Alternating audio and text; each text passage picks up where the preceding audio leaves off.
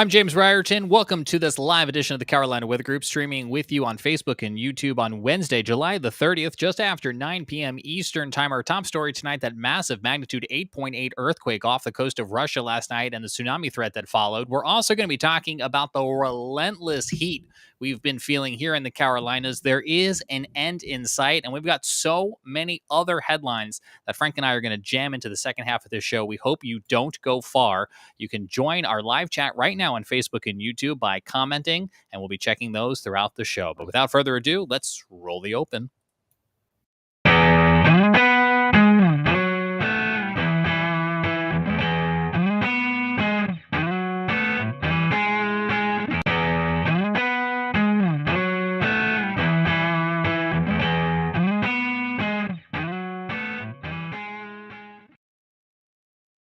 Welcome to the Carolina Weather Group. I'm James Brierton in Charlotte, North Carolina. Joining me on the panel tonight, Frank Strait, there in Columbia, South Carolina.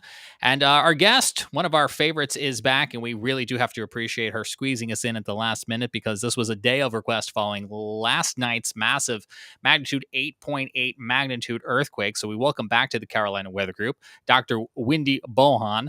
She is an expert in earthquakes. You've seen her before on our show, and she's back to talk with us to help us understand exactly what happened just 24 hours ago. If you're watching live with us tonight on Facebook and YouTube, it's now Wednesday, July 30th. And Dr. Wendy, as probably so many of our viewers watching live and also catching replays now know, we had a historic earthquake last night off the coast of Russia, which prompted a tsunami threat that kind of traveled across the Pacific Ocean. Let me just pop up the summary from the USGS for anyone who somehow missed this. 8.8 magnitude earthquake there at 11:24 a.m. local time. What for them was July 30th. And then actually the tsunami threat essentially traveled back in time as it crossed over the international date line.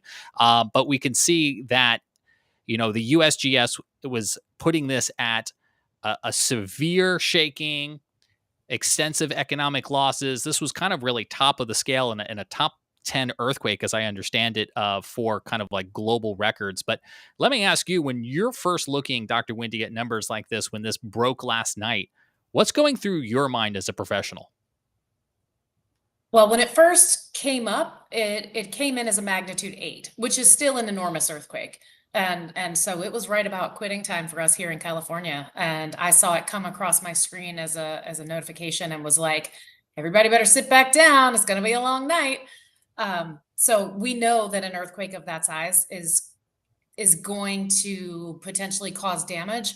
And in that location, we know that it has tsunamigenic potential, or that it could potentially cause a tsunami. So right away, we start looking at the data to try and assess exactly what's happened so that we can determine what we need to do next.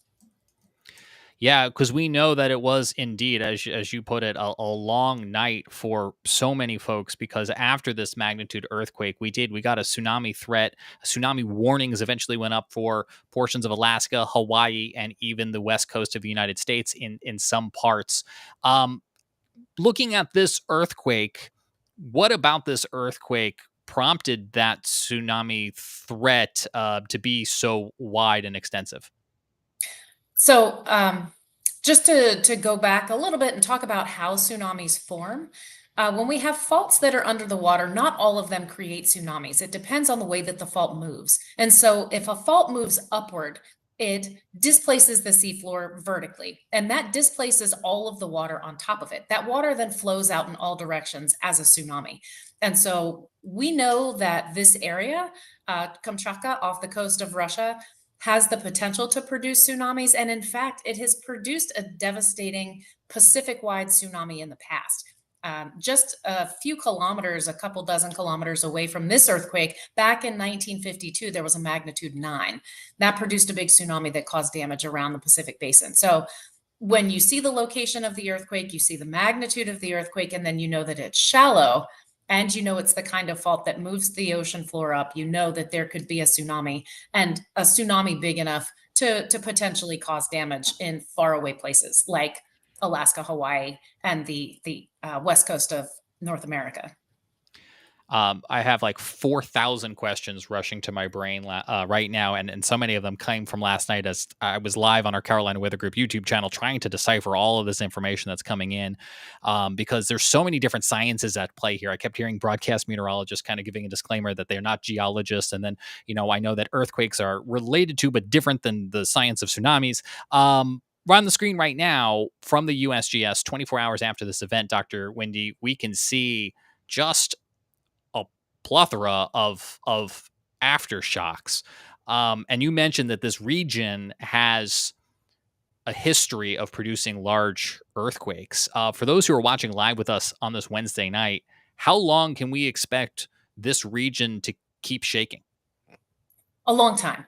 So we consider things to be aftershocks as long as they're happening in a particular region around where the earthquake occurred, and as long as the background seismicity, or the seismicity is above the background level, or what it was before the earthquake happened. So this is a sequence that will probably go on for years.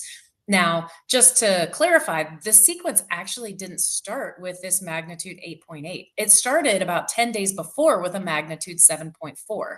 And then that earthquake had its own aftershocks.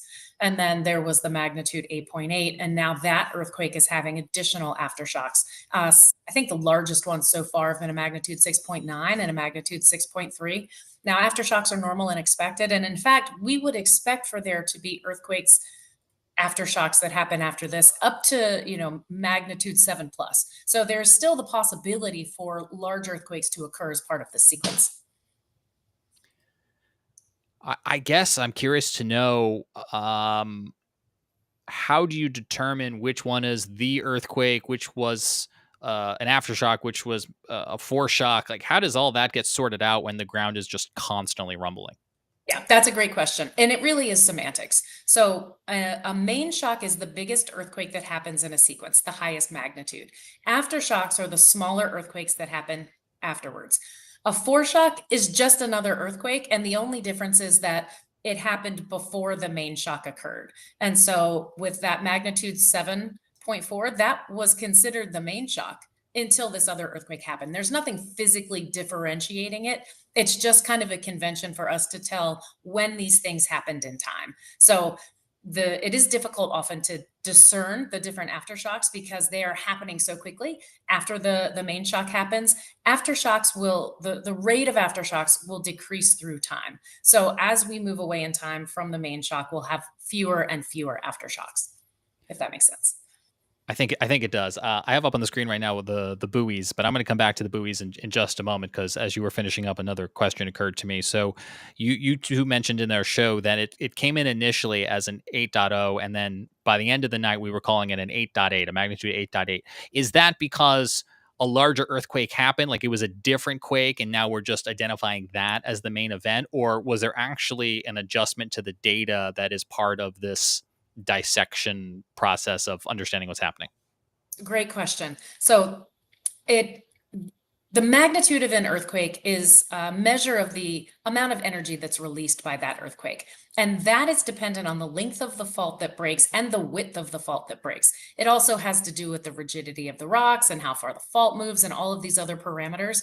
And especially in places that are far away from lots of seismic instruments, it can be hard to get enough data to make an accurate assessment of the magnitude.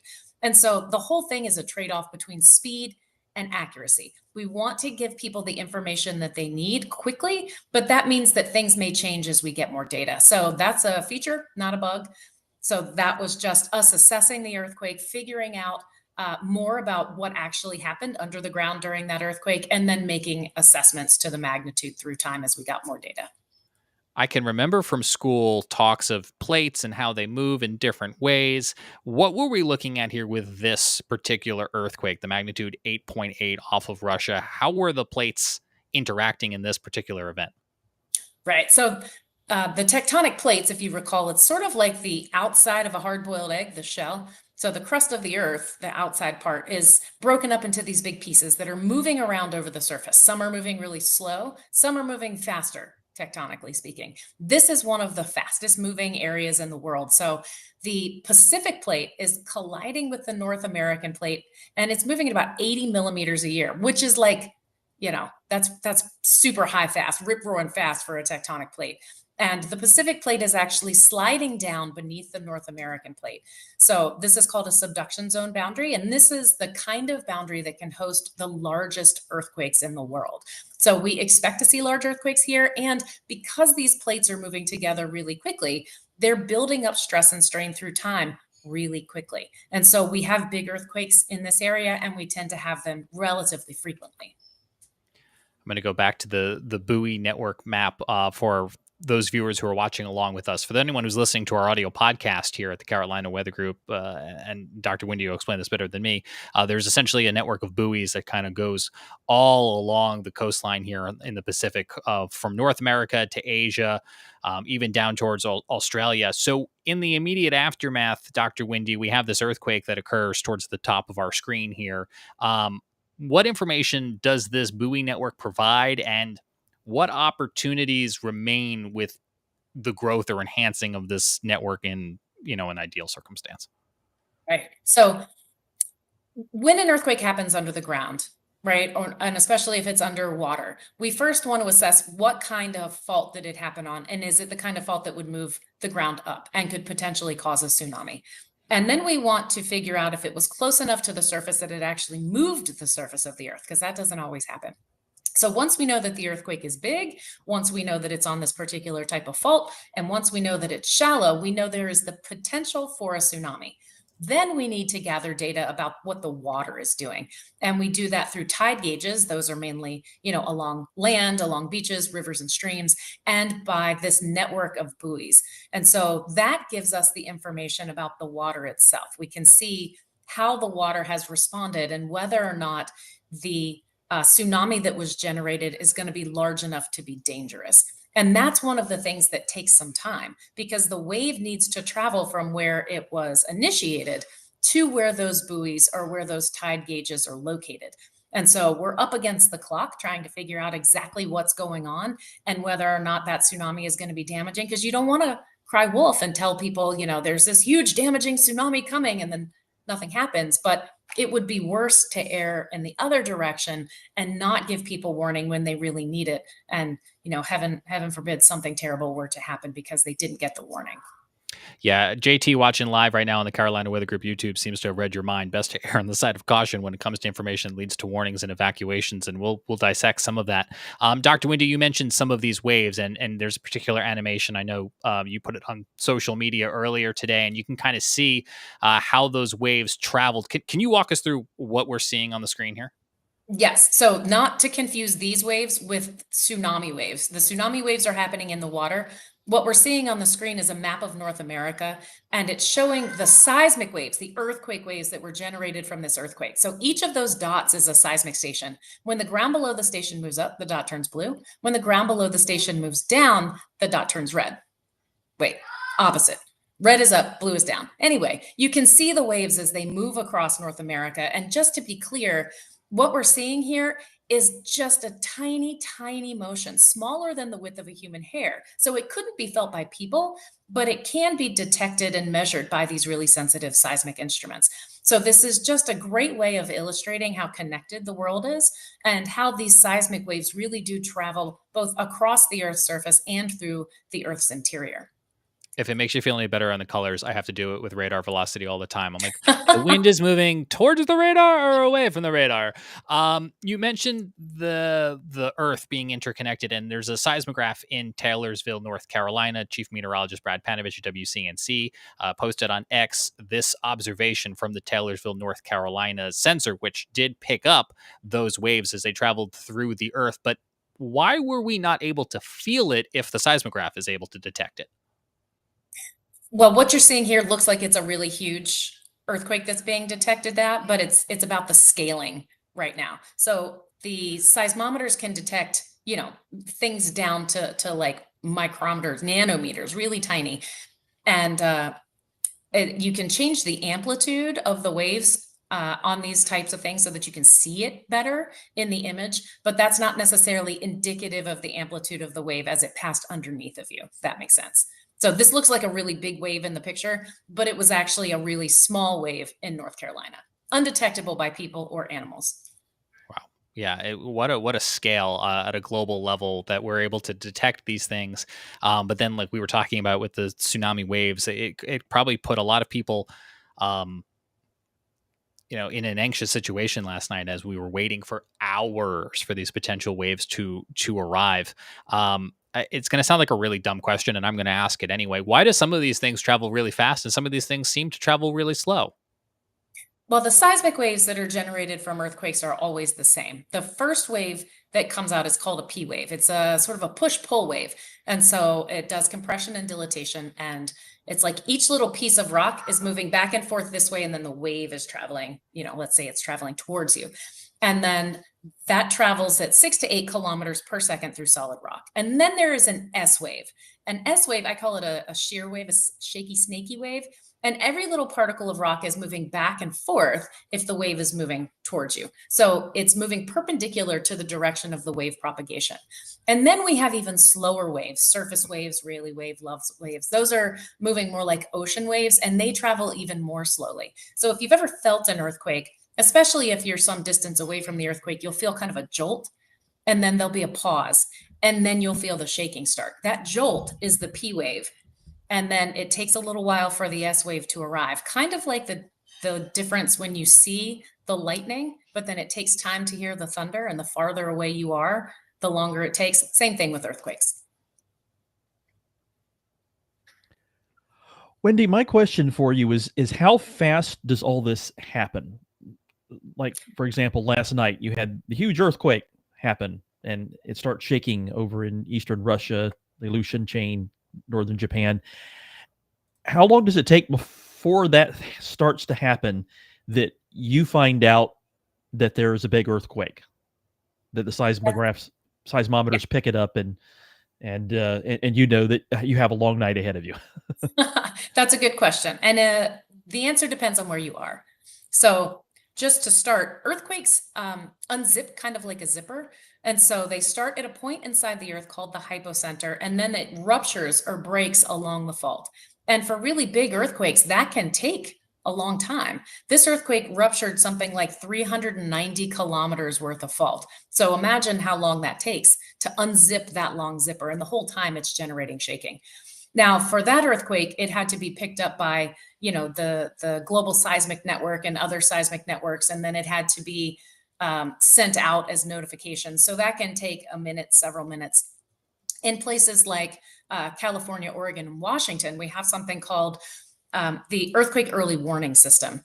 And what happens there is once a certain number of seismometers have detected shaking above a certain level, they send out an alert to a data center, which then sends out alerts to people's phones, telling them to prepare for earthquake shaking. And so you actually can get a notification that an earthquake, your earthquake waves, earthquake shaking is on the way before they arrive at your location. Now, it doesn't give you minutes of time. It can give you seconds to tens of seconds. But if you're in the dentist chair, that matters a lot. If you're getting LASIK eye surgery, it can give you time to take protective action like drop, cover, and hold on. It can open elevator doors at the nearest floor, slow down trains to prevent derailments, and do things like open the doors on firehouses so that emergency response equipment doesn't get trapped inside. So earthquake early warning has a lot of practical applications, but in order to do that, you have to have a really dense seismic network and a lot of infrastructure to support that particular functionality. Interesting. Next question I had was, you mentioned that that particular fault just off the Russian Pacific coast there moves at an average of about 80 millimeters per year, which is a little over 3 inches, I guess. But that's an average. I think I've seen video in the past where a fault moved against one's plate moved against the other several feet in a matter of seconds. So I'm curious. Well, for one, is that a reasonable thing to say that sometimes that happens? And second, the earthquake we had last night, how much did one plate move relative to the other, or do we know that yet? That's a great question. So faults can have different kinds of behaviors. Sometimes they'll slide along slowly or creep along without producing large earthquakes. Other times they'll be locked, and we say that they are locked and loaded. And in the case of the subduction zone, this part of the fault was locked. So as the plates were moving, it was storing up stress and strain through time, about 80 millimeters a year, which if you're looking, over the past 75 years or whatever it's been since the 1952 earthquake, that's many meters of motion that have gotten stored.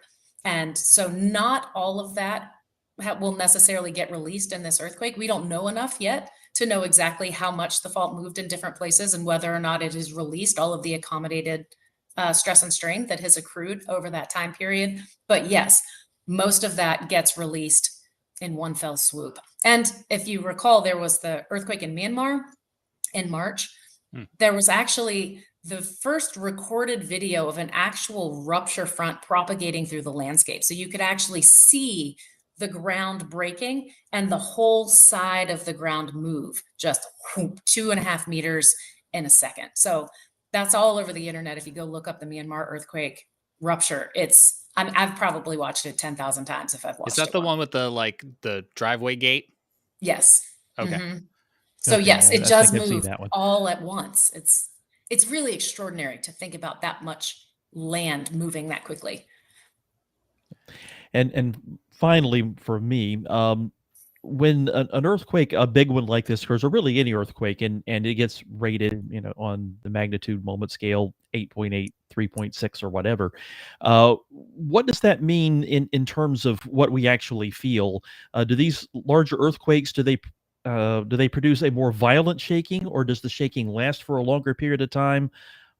Is it both? I'm guessing probably both. And are there any other things that we feel sensibly from an earthquake as that intensity increases?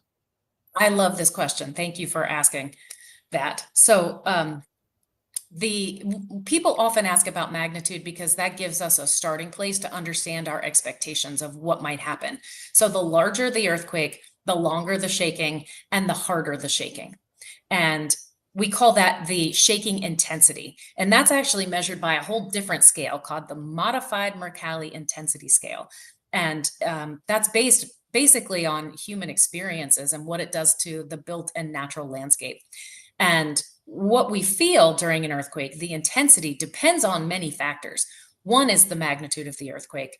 Two is our distance away from the earthquake. And this is kind of intuitive, right? If you're closer to where the earthquake is happening, you're going to feel it more than someone that's farther away. But the local rock and soil conditions also make a really big difference about what you're going to experience or the intensity of shaking that you'll feel during any other earthquake. So soft sands and soils like you would find in basins or in between mountain ranges, that will actually shake harder and for a longer period of time than hard rocks. And so people or infrastructure that are built in the basins, like for instance the LA basin, they're going to shake a really long time compared to folks that are in the San Bernardino mountains right next door. So those are the things that have to do with sort of shaking intensity and magnitude. There's a lot of things that go into it, but that's the basics. I'm going to use your response to that last question as kind of the segue to my next question, because I know you loved that question from Frank. Dr. Wendy, are there other questions that you would love to address that these two boneheaded guys you're talking to right now just can't even fathom to ask? Because you are just a wealth of information, and I just want to know what else is going through your mind when you're looking at an event like this. I think people are sort of fatalistic when they think about earthquakes, like, oh, it's just going to be this huge disaster. There's nothing we can do. But there really is no such thing as a natural disaster. What we have are natural hazards like earthquakes that overlap with vulnerable human systems, and that creates the potential for a disaster. But the choices that we make can have a big impact on what actually the outcome is of that situation. So we can build better infrastructure. We can ensure that we have populations that are prepared for earthquake shaking in the moment and that can be resilient in the aftermath of the earthquake. So there's a lot of agency that we have, but we have to make those changes before the earthquake happens, because once it's started, it is much too late. And that can be hard because there's a lot of things that require our time and our money and our attention, and earthquakes happen relatively infrequently, so they don't always rise to the top. So what I would say to that question is have this be kind of a warning for people that earthquakes can happen anytime and they can happen anywhere. That's less likely to happen on the East Coast where you are, but you do experience earthquake shaking relatively regularly. And often it doesn't cause damage, but sometimes it does. So everywhere can be earthquake country. Don't be scared, just be prepared. Yeah, we know earlier this year, North Carolina and Tennessee got a little bit of a wake up call with an earthquake here. We have some video from San Diego earlier this morning of the tsunami waves arriving. And for our audio listeners, we're looking at a harbor and you can kind of just watch the boats go up and down. This is a time lapse, so it's moving relatively quickly. If it had been any other morning, you probably could have convinced me this was just showing a tidal change, other than the fact that it's happening so quickly. And to really emphasize your last point and the comment we got earlier in the show, we're looking at headlines like this one. Was a headline I saw when I woke up this morning here on the East Coast.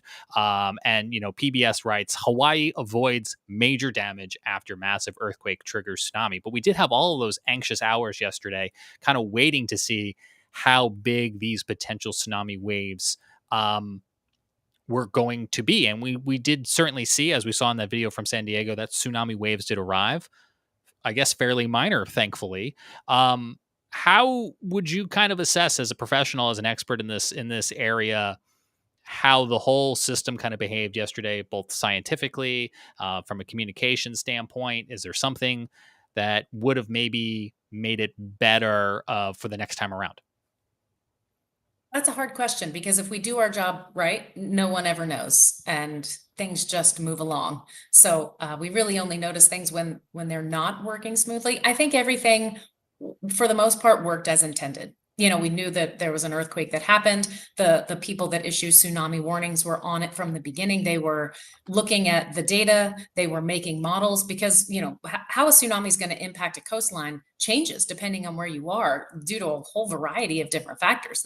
The size of the tsunami, the depth and shape of the ocean basin that it's traveling over, the shape and the slope of the coastline that could potentially be impacted. So there's a lot of factors to consider.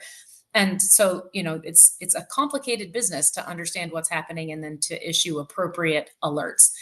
It also requires that the people that are in those alerting areas know what to do and take appropriate action. And so I think by and large, from what I've seen, which is limited to my sphere, right? But people knew what they were supposed to do. They executed it appropriately. There wasn't a lot of fear and panic. And thankfully, the waves were not really large and devastating. It was a good test of the systems. And it was a good reminder to people that live in tsunami areas about what is the evacuation plan? What is your evacuation route? What do the different alert levels mean? So while these types of things can be disruptive and provoke anxiety, they're also good practice for when it's not going to be something quite this minor. I don't want to say that the damage was minor or that people's anxiety was minor, but could have been much worse.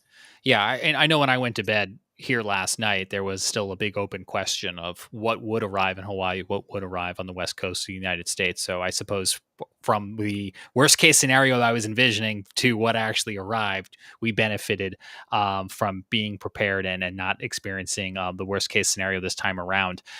You said everywhere is earthquake country. I think you said those last words when you were on our show previously. We have a whole episode where you kind of help us understand the impacts we could see from earthquakes here in the Carolinas. Tsunamis too on the Atlantic basin could also be a threat. So I'm saying all those things because our audience might be thinking, this is a Pacific Ocean event. Why are they spending so much time talking about it? But it's a global issue and it could happen someplace else, sometime else, I suppose, Dr. Wendy.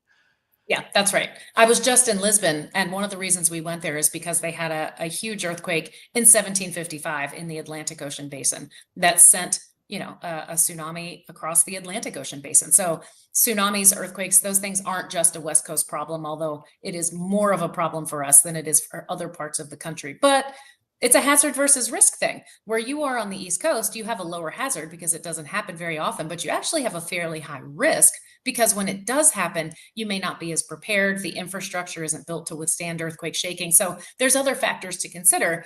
And there's a lot that you can do as an individual person, as a family, as a school, at your business to make sure that you're ready. And a lot of the things you can do are good for other things that you may face more regularly, like hurricanes or snowstorms or floods, making sure you have an emergency kit, making sure you have important contact information for your neighbors, for your kids, for your family, things like that, radio, batteries, medication, extra pet food, that sort of stuff can go a long way in these sorts of situations.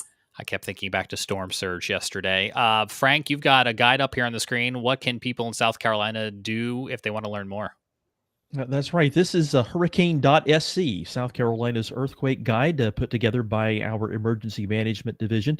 And this is one of the reasons you can be thankful here in South Carolina that we think about these things, not just because we had that swarm of earthquakes near Elgin a couple of years ago, but also because we had a big earthquake in Charleston about 150 years ago, the 1886 earthquake. That was a magnitude 7.1, if I remember correctly, which would put it in the top 10 if it happened in California, if I remember correctly. So, like Dr. Wendy said, it's not something that happens very often. The risk isn't very high, but the hazard's certainly there. So it's something we have a need to prepare for. And if you're in South Carolina, you have this guide to help you out at hurricane.sc. Perfect. Or rather, earthquake.sc. That's what I thought you meant. We have hurricane.sc too. You can go check that out. You should, because we get more earthquakes, more hurricanes and earthquakes here. Yeah. Dr. Wendy, we appreciate your time and your expertise as always. Thanks for making time for us here at the Carolina Weather Group. Thanks so much for having me. Thanks. We'll talk to you again real soon. Frank, this is normally the time in the show where we go and we play an ad, but the script says it's a live ad read, so we're gonna do it live as what's his face said? We'll do it live. We'll do it live. Well, if you watched our episode at the Shield Museum, you guys already know our new friends over at Queensboro. Trust the Queen, because Queensboro is a new partner. That when you're looking to build your brand, every detail matters, including what you wear. Queensboro Shirt Company makes it easy with easy ordering, free logo setup, and no hidden fees. The more than 40 years they've helped people and businesses share who they are with the world, and with their quality embroidery and print. It's all about honest pricing, small business friendly, and genuine care at Queensboro. Plus, they have a no returns necessary guarantee, which means you can try them totally risk-free. Go to queensboro.com to see for yourself why they're the top-rated custom logo apparel company on the internet.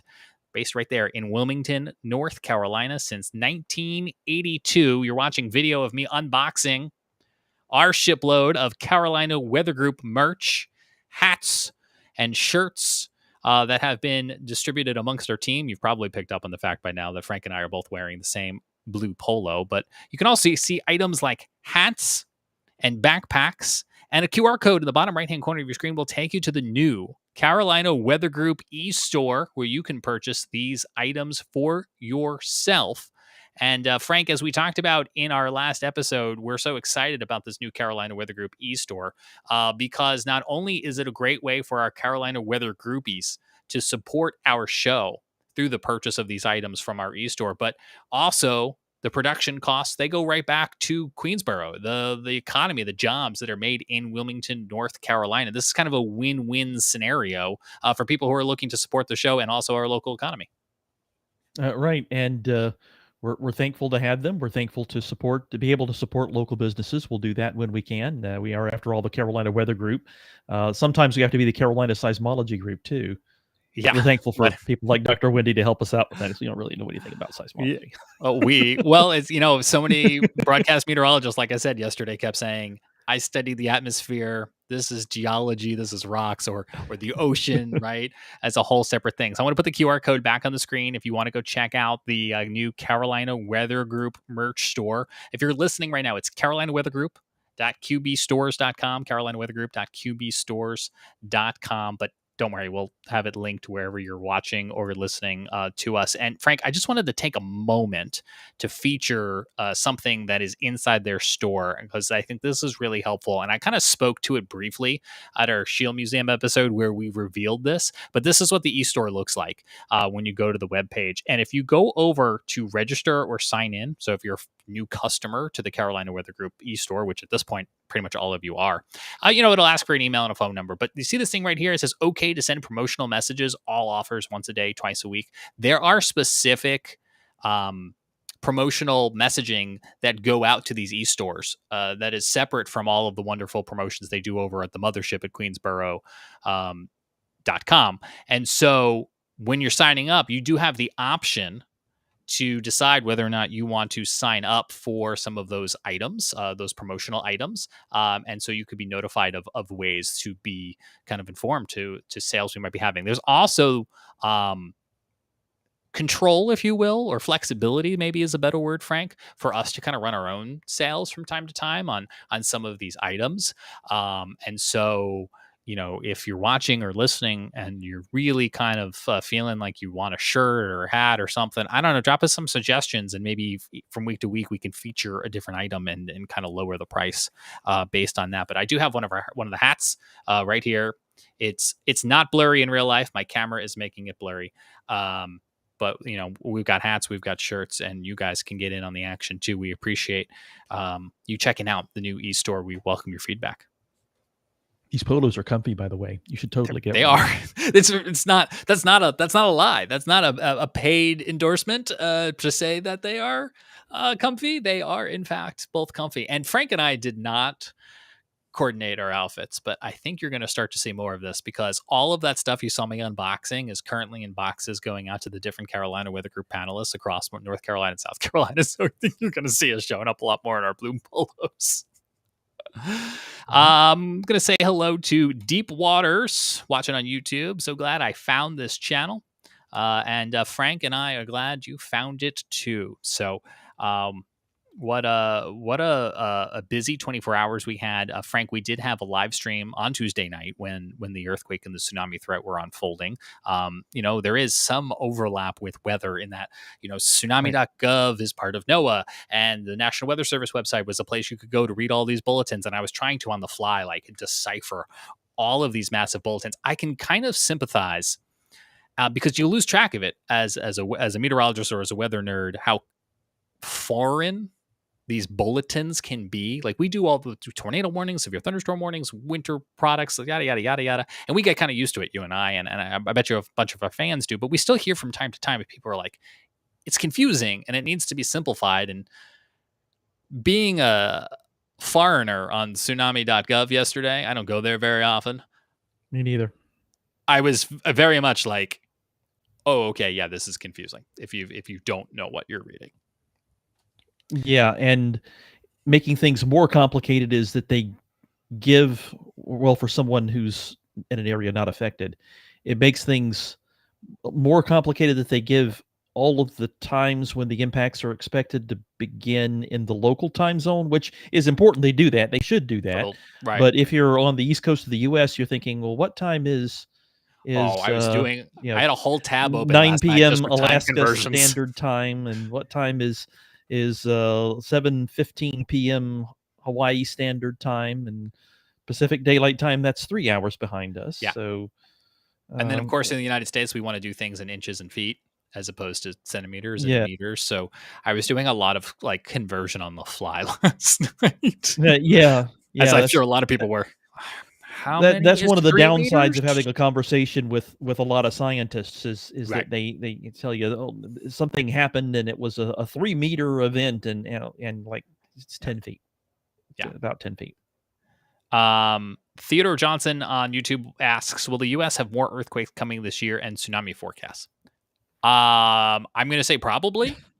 I don't have the expertise or the knowledge to forecast those things. And you heard Dr. Wendy on the show talk about how Frank, how this big magnitude 8.8 did have kind of other shakes leading up to it, kind of as the environment became more active. So Theodore, my thought would be you could watch for things like that. And that's not to say that every one-off quake is a foreshadow. But those are the things we will be watching for. Most certainly. The one thing that I am definitely tired of, Frank, is the heat. By golly, the heat has been awful. And I know it's summer and it's hot, but when we start talking about 4 to 5 day stretches in 100+ degree air temperatures, and that's before you even start factoring in the heat index, that is unusual. We do have a table. I'll try to read some of these off, and Frank's going to quantify some of these. But we did, in fact, have record-breaking heat, we shattered records in some places. Columbia, I think the record was 101, but our table says 102. We'll get back to that in a second. Charlotte, 101. Raleigh and Charleston, about 100. Charleston got featured twice, so that's a nice job. But actually, I guess it helps quantify that two locations that are similar to each other can still have different air temperatures. Other areas we know were in the upper 90s, and again, it was just kind of the consecutive days after days after days after days of either over 100 degrees, or I think I saw a GSP tweet before that they factored it out for consecutive days above 90, and it was something mind blowing. I'll find the record in a minute. Yeah, they've GSP set a record for a number of consecutive 90+ days, which you think, well, someplace in South Carolina it gets to 90 all the time. Why is that a big deal? Well, the number of days that it gets above 90 is an interesting statistic. Mm-hmm. Here it is. Even though it might happen on average, 50 to 60 days in a year at GSP, if it happens 80 days in a year, that's pretty hot summer. 39 days in a row, I mean, that's a lot for it to get to 90 or higher. Up in the upstate, you typically get at least a day where the thunderstorms start popping early, or one or two anyway, and it only gets to like 86 or 87 because of that. The same thing here in Columbia. I mean, we get to 100 3 or 4 times a year typically, right? But not always back to back. Every now and then we get a year where it doesn't get to 100, but we typically being the devil's armpit or whatever for nothing. So anyway, we get it's hot all the time, but typically you do get a day every now and then where you get a cold front get in, usually far south, or an afternoon thunderstorm pops up right over you at 1:10 p.m. before it can get really hot instead of I did luck out at least 4:30 like it usually does. Yeah. I had a day where a tiny little thunderstorm popped up ever so briefly, and it dropped the temperature, according to my Tempest, which is on my roof. Take that for what it is. It dropped it by like 20 degrees. We went from like 100 to 80. It was the greatest 5 minutes of the week. A good thunderstorm can knock the temperature down in a hurry. I think the day it was 101, we actually had the thunderstorms popping early. It was just that it was the temperature was on a rocket ship that day and got to 101 by like 2 o'clock, and then thunderstorms started hitting it at 2:30, and then by we had a downpour rained all the way down to like 77. Which that's one of the things about Columbia. It can be pouring and pouring and pouring for like 30 minutes, and the rain only brings it down to like 77 or 78. Well, that was going to be my other tidbit, right? Is this is not only a strain on the infrastructure when we talk about like the amount of electricity that is required to power all these air conditioners, but our bodies too. We're not getting the ability to cool down at night. Right. And we had a day, I think it was Sunday morning, or maybe it was Monday morning, where the low was 80 here in Columbia. Mm-hmm. That's pretty hot even by Columbia standards, and of course that's at the airport. The airport right out in the Sandhills, it actually tends to cool off more than other places at night. So places like downtown Columbia or my old apartment where it didn't cool off much at night. I mean, I had nights when it only fell to like 82 or 83 when I was living over there next to 26, and that's rough, especially if you don't have air conditioning.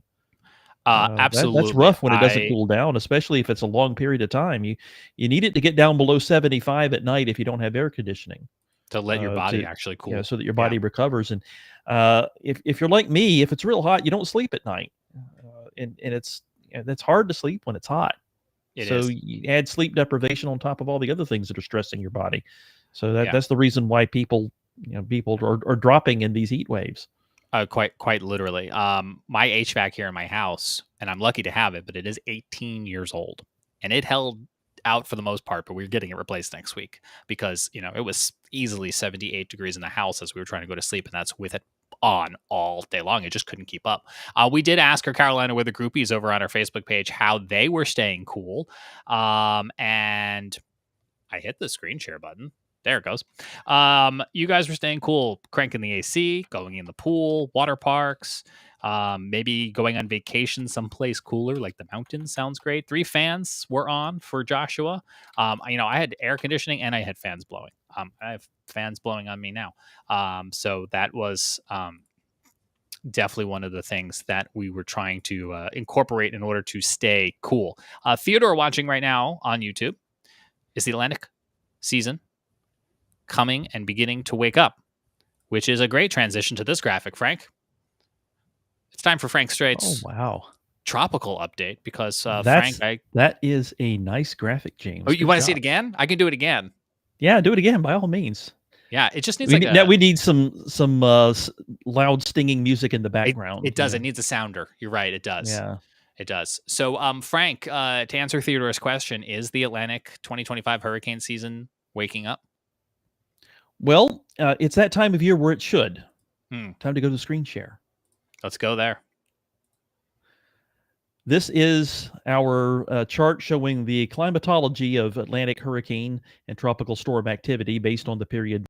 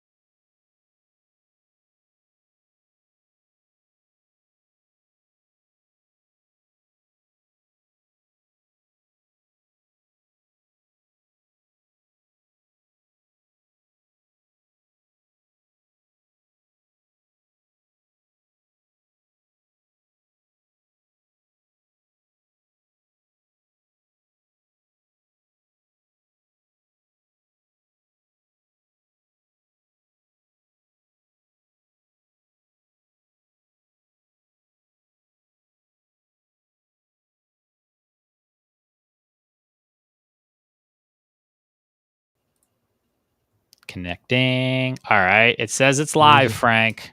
There's going to our YouTube thing happening on the YouTube stream. I'm going to. I don't know if it's going to start a new YouTube stream or not.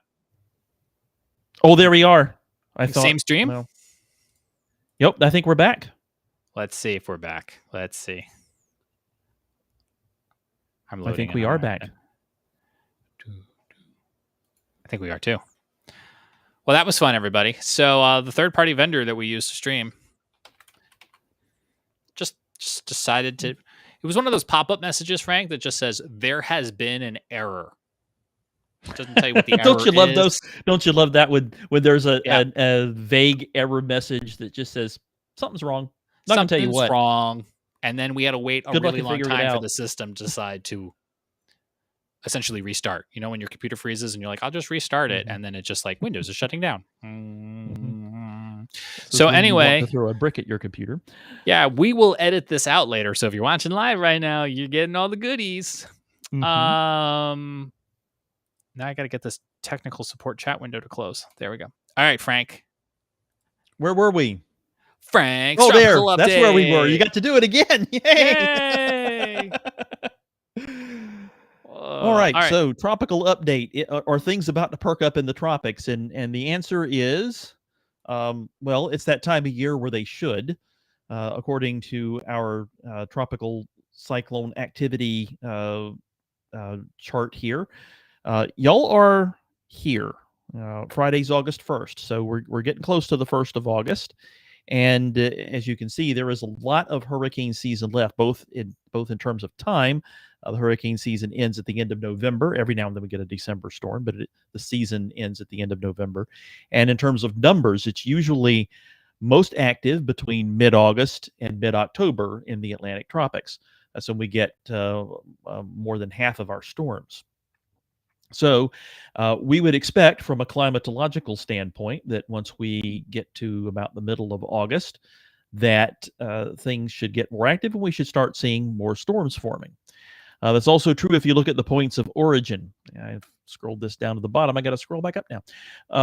But anyway, going back to May and June, you don't see very many storms. This is for the entire historical record from 1851 to 2024. And none out in the tropical Atlantic. But as you go into June, you start to see more of those dots and tracks, and some of them start showing up over the tropical Atlantic. And you see more and more of them as you go through July over the years. But once you hit August, you see a bunch of them, and there's a ton of them at the end of August into September, all of September, and through October. So again, things start to slow down again once you get to the end of October and go into November. So again, from a climatological standpoint, we see more activity once you get to the middle of August. Now, what's happening right now? And the answer, once I get rid of this little window, is not much. And there's reasons for that.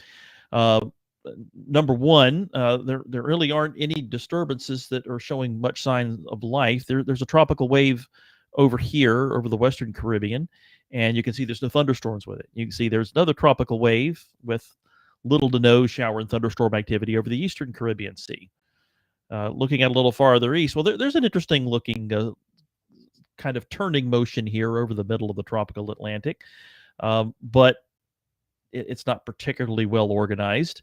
And using this true color imagery, which, by the way, this is from the University of Wisconsin's Real Earth website, and this is the geocolor imagery.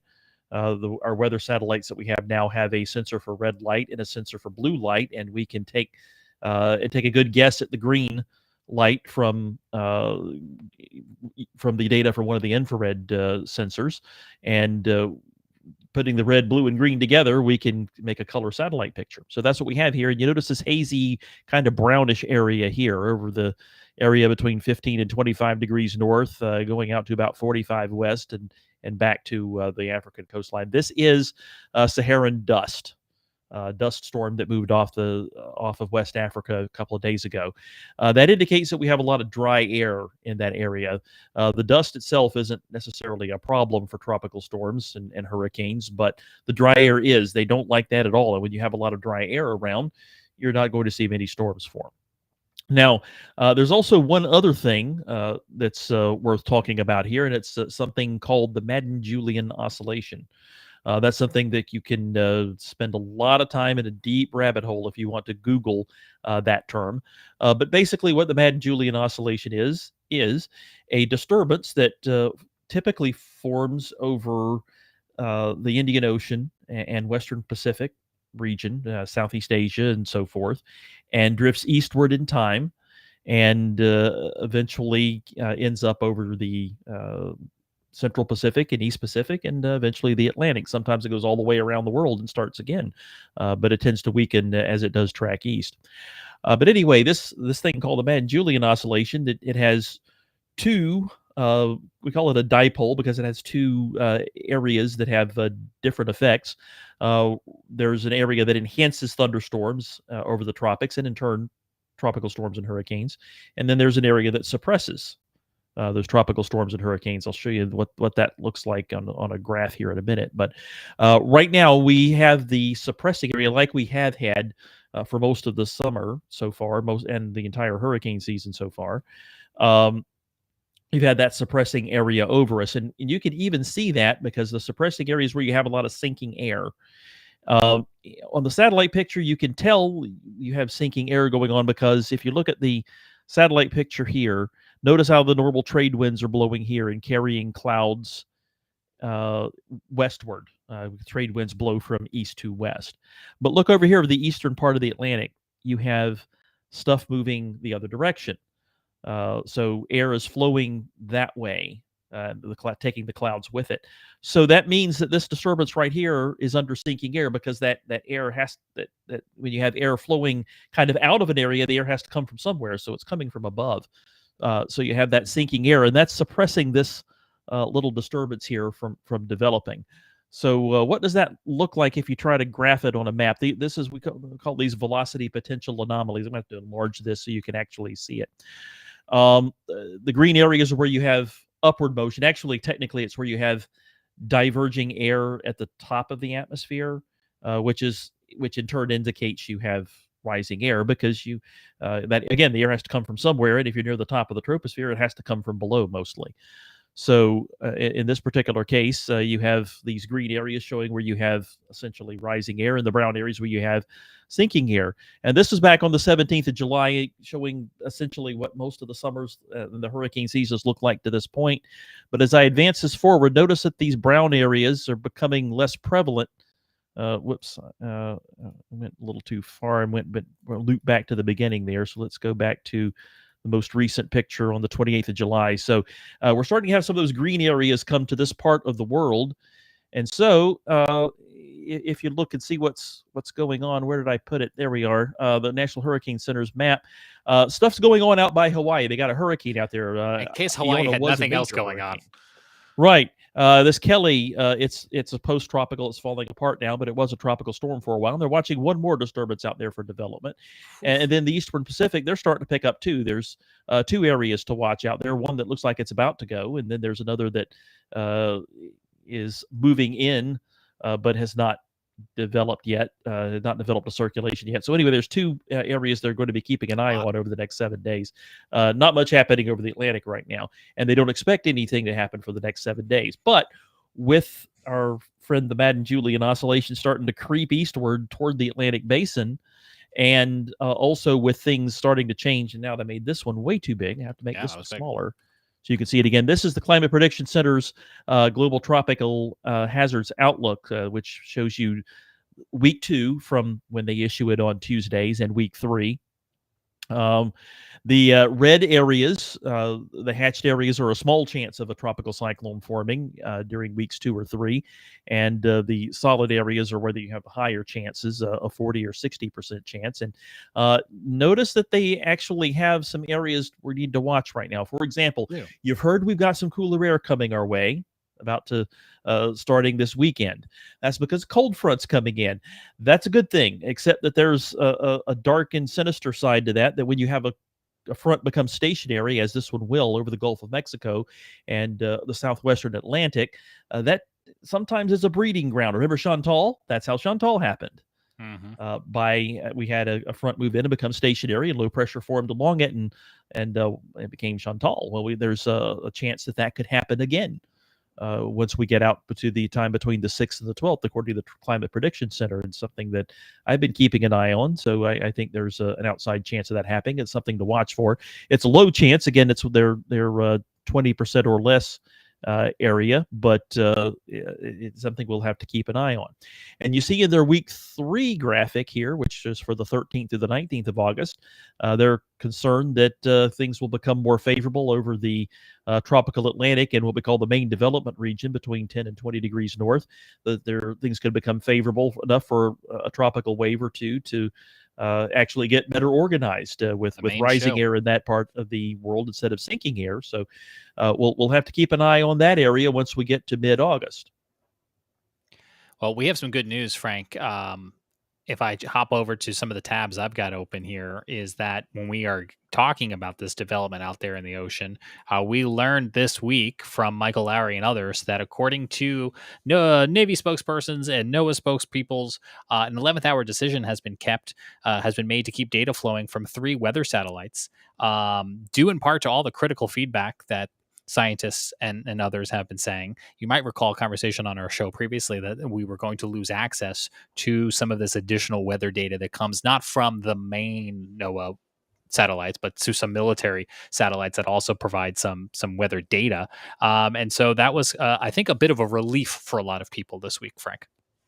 Yeah, and I said hallelujah when I saw that, because that's data we need. It's one of the things that we use to diagnose what the inner structure of a hurricane looks like. Yeah. When we don't have the hurricane hunters flying around in there, and it also, that data gets fed into the models, and without that data, the models will not produce guidance that is as good as we've had in recent years, which means the quality of our forecast would likely go down, especially when it comes to rapid intensification, which is something that we found it happens. And sometimes it happens close to shore as as a tropical storm or hurricanes moving in, and something that may have been a Category 1 or even a tropical storm a couple of days ago suddenly become a Category 4 or even 5. So that's some important data, and it's a good thing that we are going to maintain access to it. The more good data we can get our hands on, the better. Frank mentioned the cold front that's going to be coming through this weekend, bringing some relief to the Carolinas. That also means, in part, we were watching for a few storms. Our streaming software is still behaving weirdly. Is it this graphic? No. Nope, that's the chart. It just disappeared. Oh, what I wanted to show you darn. was this. No. Hang on. Well, I have something we can. Okay, I got it. And then we'll come back over there to you you. go. Tim Buckley in Greensboro, they got the Wyndham Championship over in that neck of the woods there at Sedgefield Country Club. Rounds 1 and rounds 2 might have some thunderstorms rolling on through. We're going to ping pong this too many tabs. Let's go over to Frank's screen share. Frank? Because of that front that's moving in, there's going to be a risk for some heavy rainfall along over parts of the Carolinas. You can see this is another Climate Prediction Center product for days 3 to 7 hazards. And they have highlighted for the 2nd and 3rd heavy rainfall along our coast as that front becomes stationary. And then as it starts to retreat on August 4th and 5th, that's early next week, that front could potentially cause some heavy thunderstorms along the upstate Midlands and central Savannah River area into South Carolina, and over to Georgia and over into western North Carolina as well, essentially the I-77 corridor and points west. That area, by the way, really needs some rain. It's been really dry in the upstate for a while. That's one of the reasons why it got so hot in the upstate, is because it's been real dry lately. Because as a lot of you may know, when water holds a lot more heat than most other substances, including most soils.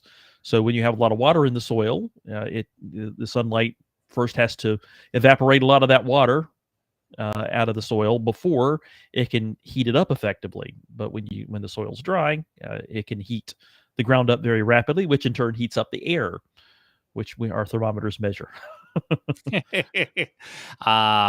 Good to know. And I'll take a little rain. My lawn will take a little rain. Frank, have you seen this video of the North Carolina streamer who gets struck by lightning while inside sitting at his computer? So this goes back a couple weeks. This is also a Tim Buckley tweet. Apparently Tim Buckley is producing my Too Many Tabs segment. But Tim and Brad talked to Christian Howard today on Live Impact Weather over there on WFMY Plus and WCNC Plus. But you know how we talk about, like, hey, don't go in the shower during a thunderstorm? Right. Same thing with corded devices, right? I'm sure you and I both remember corded phones. Not so much a thing anymore with corded phones, but he was wearing corded headphones.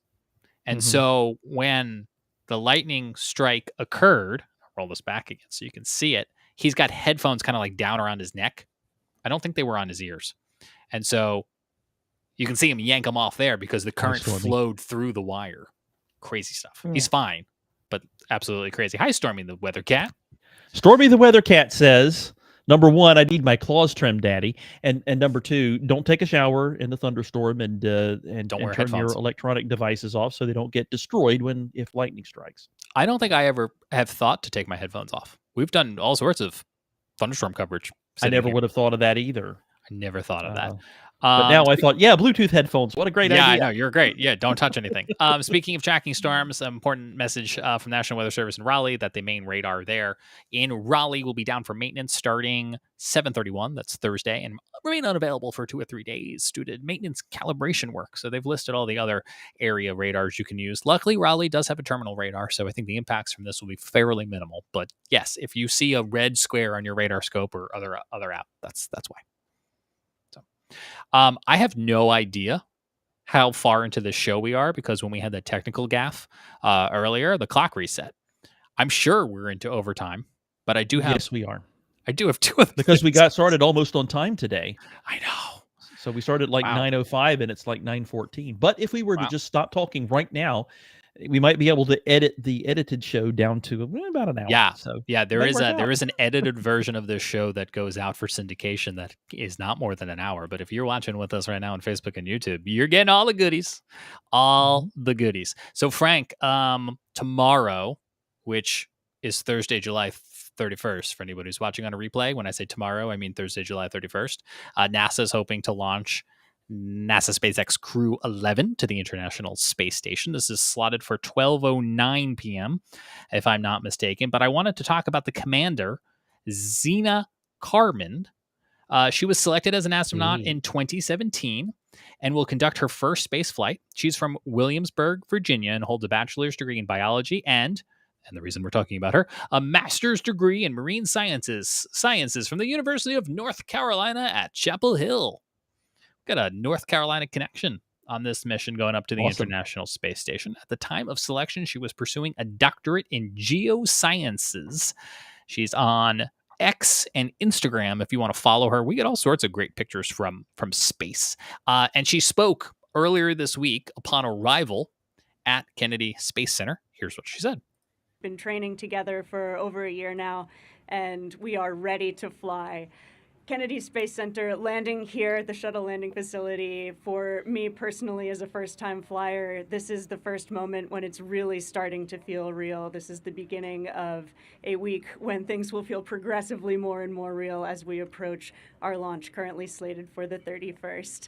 This is also a place of incredible history, and I'm so honored to be here with a crew taking part in this long history of human spaceflight.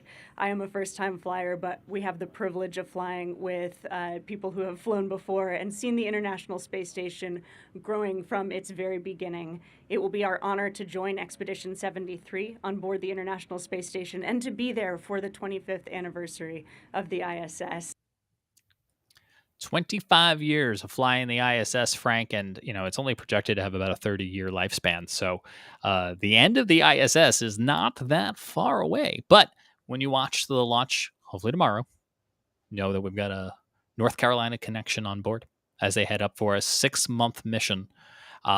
This could be, big asterisks, could be the last 4-person crew we've seen or the last 6-month mission we've seen. There's budgetary talks of making the crew smaller, maybe 3 people, and maybe going for 8 months. Who knows? We'll see. But for now, it's 4 people in 6-month rotations like it usually is. Mm-hmm. The last thing I had, and I know we're already into OT, but there's an NTSB 3-day investigative briefing underway, Frank, and viewers of the Carolina Weather Group will remember that January night when we were on the air doing our usual Carolina Weather Group show when the tragic accident happened outside Reagan Airport there in the D.C. area between the passenger jet and the helicopter. The Charlotte-based crew working that Piedmont Airlines, that PSA flight that particular night. And so the NTSB, which has obviously been conducting a lengthy investigation, has begun this week a 3-day-long investigative briefing, and they will use testimony from that briefing to help them accumulate their final report, which takes months, if not more than a year, to put together. But as part of today's opening hearing, they did release new audio tapes of radio communication between the air traffic controller and the passenger jet, and air traffic control and the helicopter. And while we know that by and large this has nothing to do with weather and has nothing to do with the Carolina Weather Group, because it was something that so many of you watched in real time with us play out last January, I do want to play for you a portion of the NTSB's audiophile evidence piece that was exhibited. You may have heard some of this already snipped by other YouTubers from radio recordings and so on and so forth, but this is the official recording that was released today. We did take out some of the silences because we are in fact an audio podcast, and we didn't want audio silences to be playing on the audio feed. But if you're watching with us on Facebook and YouTube and on your TVs and phones, you'll see there's a clock on the screen that has some of the transcripts. I will say, in terms of viewer discretion, it does stop moments before the actual crash, so there's nothing seen or heard from the moment of impact. But as a piece of history, aviation history, Frank, that played out on this show, I thought it would be interesting to take a look at this new piece of NTSB evidence. At 8:43 p.m., 5 minutes before the collision, Flight 5342 was handed off to the DCA Tower Local Controller. The local controller asked the crew of Flight 5342 if they could switch their approach from runway 1 to runway 33. Bushie 5342, Washington Tower, 1 star 32017, gust 25. Can you take runway 33? The crew accepted the change and they were cleared to land on runway 33. This magnified satellite photograph shows the locations of runway 1 and runway 33 at DCA. Yeah, we can do 33 for Bushie 5342. Bushie 5342 at the Wilson Bridge, change the start for runway 33, runway 33, clear to land. Change runway 33, runway 33 for runway 342. There was no further communication between the local controller and the crew of Flight 5342 before the collision. The local controller was operating on 2 channels. While all aircraft could hear the local controller, helicopter crews could only hear radio transmissions from other helicopters, and airplane crews could only hear transmissions from other airplanes. Only communications between the local controller and PAT 25 will be shown in text on the screen. The controller twice advised the crew of PAT 25 about the conflicting traffic on approach and circling to land for runway 33. Both times the crew of PAT 25 reported that they had the traffic in sight and requested to maintain visual separation. The controller approved the request both times. PAT 25, traffic just off the Wilson Bridge to CRJ at 1,200 feet, start from runway 33. This is pressure roof. American 1630 Tower, runway 1, lot boy, traffic throughout, start from runway 33, this traffic on 6 mile funnel. Line up runway 1, American 1630. Tower, approaching Springfield, request around 3, runway 1. Most 7, standby. Bushie 5307, keep rolling out to November, ground point 7, good day. November 307. National Tower, good evening, Air Care 1 with you, single medevac. American 1630 1 star 32014, gust 25, traffic 2 mile left base from runway 33, no delay, runway 1 clear for immediate takeoff. Number 1, clear for takeoff, American 1630. Muscle 7 0 request. And Muscle 7 request, route 3 to zone 6. Muscle 7, you said route 3 to zone 6? Muscle 7 approved.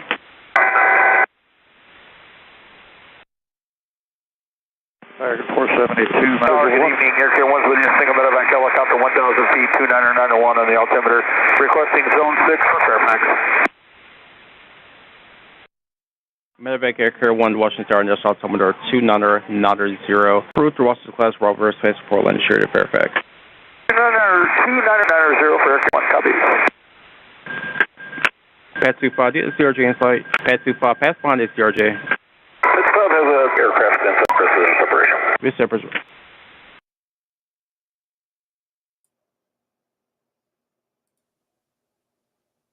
Just some text on the screen here. There's some additional dialogue between the two people in the military helicopter, and that's where the animation does stop, just as those two aircraft, as we know, collided just under 300 feet there off of the Reagan Airport. And Frank, I got to tell you, they also had that surveillance video that I'm sure so many people have seen of the actual collision happening. I didn't include it here tonight. It's still very hard to watch when you know exactly what is transpiring there. And the other thing that was coming to mind for me, Frank, and you asked Dr. Wendy this question earlier when it came to earthquakes and last night, and when something happens, how fast we know about it downstream. And, watching that clock tick towards 9:00, we started our show that night about 9:00, and it was about probably 9:20 or so, maybe 20 minutes later, which sounds like a lot in some hands and not a lot of time in others, when we started getting the first initial reports here during our show. And that is like burned into my brain about 30 minutes after the crash, still trying to understand exactly what was happening. Right. And I think that there were pictures and videos showing up on social media very quickly after that. There's just so many cameras in so many places these days, thanks to mobile devices. But people didn't. I don't think it really sunk in what was going on until about 10, 15, maybe 20 minutes later. And I think that's when we started to hear about it or notice it on social media. I think it was Scotty that saw it first. I think so too. I think there's a moment in the episode where our guest that night, we were talking about something else altogether, but you can kind of, when our little faces go down to the corner, you can start to see us make faces as we're trying to process what we're seeing. And to your point too, like, I didn't want to believe what I was seeing at first. I didn't want to utter the words of, the magnitude of what occurred was exactly what we feared occurred, that it was a passenger jet. But I remember at first being like, that can't be right.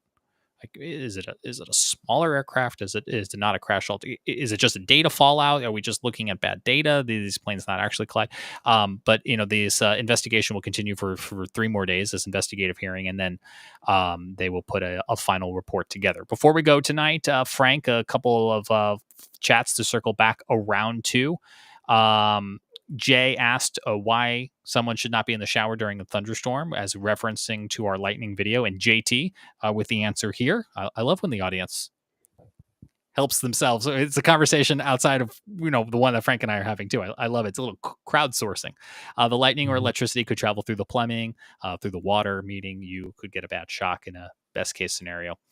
Could be fatal in some scenarios. So yeah, we see it with metal pipes, which lo and behold have given away a lot to PVC, but still through the water itself. And also, as we saw in that video clip, wires themselves. So I'll be thinking twice about that. Right. Jay asked me another question. James, what are all those things you got behind you on your shelf? And I'm not surprised, Frank, that Jay was the first one to pick up on the change in my background. And I think I might do a YouTube membership / Patreon video walking through the junk that's on my shelf behind me, because I think some of it's interesting. That's an excellent idea. Yeah, it's slightly blurred. Your New York subway map is one interesting thing. Oh yeah, your old CRT monitor. You could talk about that for a while too. I probably could. Yes, I've got my hands on a CRT monitor. I don't know if anybody can make out what that guy is. I'm not going to say right now. No, I can't see. I can't. It's too blurry and too small. It's too blurry. So, Jay, excellent question. And I know you're already registered for our Patreon or our YouTube members. So I'll get a video up in a couple days maybe and walk people through what is both. It's a stylistic organization project, Frank. Well, at least you have some interesting things back there behind you. I have a green screen for a reason. It's just a wall and a cluttered cube organizer thingy that there's more doesn't stuff look very organized if I don't have a green screen there. There's all sorts of stuff up there too. So it looks like you have one of those old school audio tape cabinets up there on the top shelf. Is that what that is? Maybe that's as high as my camera goes, and it's not liking being that high because it knows my face is not up there. Yeah, I'll walk people through some of what's up there. I I knew it was going to be in the shot. So thanks to Jay for noticing that. Frank, were there any other questions or comments that jumped out to you in our live chat tonight? No, I think that's it. Okay. I like this one from JT. I hope we see plans for a new space station. That did come up today, Jay, in a pre-flight briefing they held for this crewed mission. And Russia and the United States, as best I recall, like stopped short of saying, yeah, we should do another one of these together. But they did talk about continued collaboration, especially when it comes to like potential rescues and emergency needs in space. Because it's 25 years of the ISS and it's 50 years, Frank, since the Apollo-Soyuz joint mission. Right. So, yes, it'll be real interesting to see after 2030. Hang on. Oh, here it is. So do you remember when we took the show on the road to Kennedy Space Center for Crew 6 launch? Mm-hmm. There we go. I got a, it's blurry because, it's not my face. I got a sticker that says 2030 because that is the year that we think we're decommissioning the International Space Station. Yeah. Well, yeah, with the attitude toward budget cuts, hopefully we either get a new space station or some plan on refurbishing the one we've got to make it last longer. If we get it to stop leaking. Right. They think they've got that under control. They talked today about they've got it enough under control that they're sending crews up, right? Because there was a delay in the Axiom mission. Sorry, I'm going through all these random patches. This is why I needed a shelf, because there's just stuff on my desk everywhere. My wife has entered the room and she will shake her head yes about my random junk all around the house. Nope, she's going with no comment, Frank. She's going with no comment. So, okay, well, that is a Carolina Weather Group overtime show.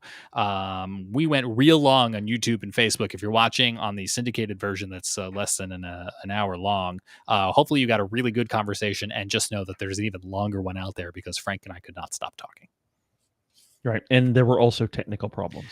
And in the live show, there were technical problems, which was fun. You never know what you're going to get when you join us live on Wednesday nights at 9 p.m. Eastern on YouTube and Facebook. That's right. And you can be like JT and Jay and join the conversation. So we'll leave it there, Frank. And we hope everyone is staying cool, staying weather aware as we begin to track more thunderstorms into the forecast. And we'll be back next week or sooner if the weather news warrants.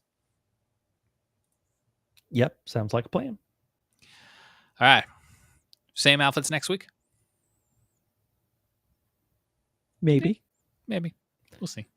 All right. Just send out a memo. Dear staff, please wear your blue polos. Okay. Good night, everybody. Bye, y'all.